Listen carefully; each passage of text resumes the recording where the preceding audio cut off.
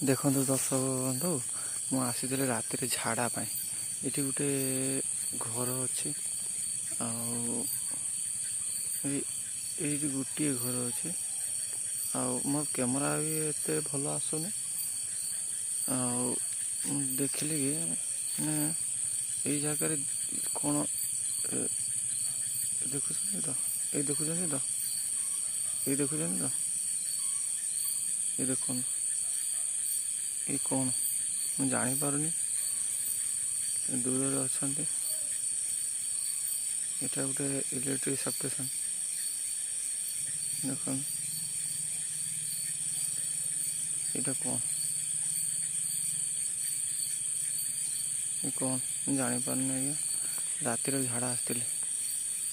ଦେଖନ୍ତୁ ଦେଖନ୍ତୁ